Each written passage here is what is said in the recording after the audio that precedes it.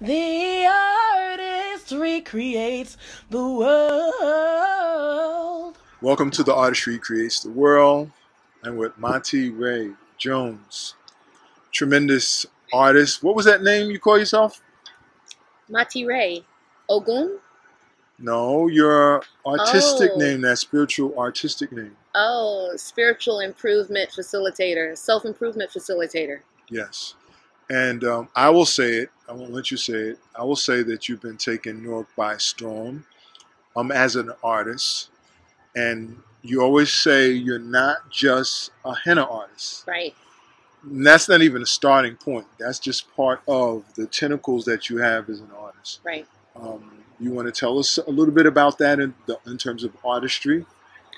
Well, with the henna body art, what I've done is I have meshed in self-improvement techniques using affirmations and specifically indigenous art decor designs that have divine concepts and ideas attached to them for creative visualization, meditative art, and of course fun.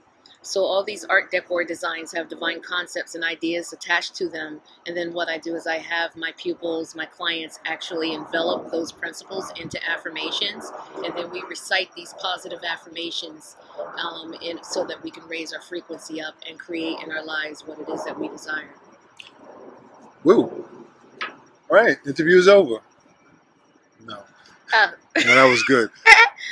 What I was going to say, what is art to you? What is short version? Well, I serve myself with my own art. So art is healing. Art is truth to me. That's what art is to me. Art is from the heart. You see the word art in the heart? I think that art is love. Art is an expression of your most authentic self, where you allow yourself to be real with yourself and real with the world. And you know that saying, the more real you are with the world will be real with you. Jay Reed talks about real knows real. That's his own saying, I believe. Now, how do you see art tying in with spirituality? Because that's a question that I like to ask people that I interview. Art tying in with spirituality. Or vice versa. Well, you know, I see artists as symbols of the aspiration for the people. I think that art is a form of medicine. Art is an anecdote that can be used in order to inspire people, encourage people, motivate people, empower people to be the best that they can be. I think that art is a form of therapy. It opens people up to the truth of who they really are. For me, I've always used art to serve myself. I love beauty. Beauty opens us up. You know, audience members, when they sit back on and they watch an artist on a stage, they tend to, they're more open and receptive to what an artist has to say. An artist can hypnotize people into... That's a good word.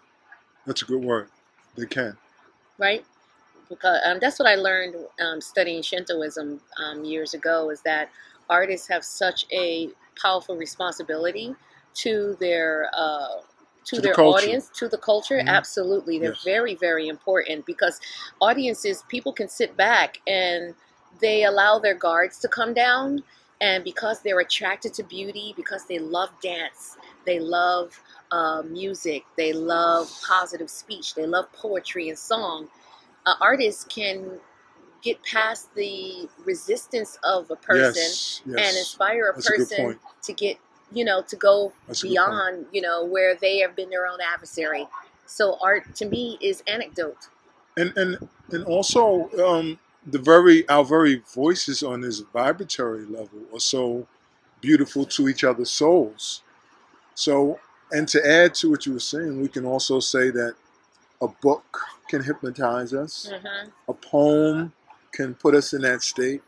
And as you said, a song. I think that because people are very visual, and people are and can be easily influenced through audio, music, beautiful lyrics, beautiful clothes, beauty. It's so appealing. Fashion, makeup, colors. Colors, and let's talk about colors and color mood therapy. Colors are bright, they can stimulate a person's mood and transform their overall attitude about life, their inlook and outlook on life, just by observing beauty. So artists actually, you know, help people to see the beauty in life. Yes. So do you think, I should say, what is your overview on the art that we do today? Do you think it's missing the mark, or is there room for improvement in terms of how it changes or reshapes? Of course, I would use the word reculture and recreate, but how it reshapes the culture. I think what we're in right now is the Renaissance period. What we are doing, when I talk about we, I talk about myself. I used to, many years ago, focus on, when I would see artists, I would say, but they're not doing this and they're not doing that. And I realized quickly that what they weren't not doing is what I'm supposed to be doing. Ooh. You know, so they say when you're pointing a finger at somebody, there are 3 fingers pointing back at yourself. So I said, because I know what they're not doing, it's really because I know what is necessary to be done. That's good. So I take the responsibility. That's good. So we're going to end on that note. It's about taking the responsibility of where you see that the art is void, or where there is a need, then we have to pick up and do what we need to do. Right, and I believe in doing that. So where I'm taking art right now is healthy self scripts, positive speech, complimenting myself, complimenting each other, inspiring people to say positive statements, using a lot of affirmations that elevate our vibration, expand our consciousness, so that we can have a brighter outlook on life and a brighter inlook on life. And when you feel good about yourself, you can lend some of that good feeling to other people. You're not as critically judgmental and negative. Love that. Love that. That was good. That was good. That's a good end. So it's the truth. It is the truth too. As they say, hashtag facts. So what I wanted to ask you, let people know where they can reach you on the internet. You can reach me on Facebook at MaatiRe, that's spelled M-A-A-T-I-R-E, and then the last name Ogun, O-G-U-N. I also have a henna Instagram page, and that Instagram page is First, F-I-R-S-T-I-E-Y-E, Scribe, S-C-R-I-B-E. I also have the page, This is a Recording, with an underscore at the end.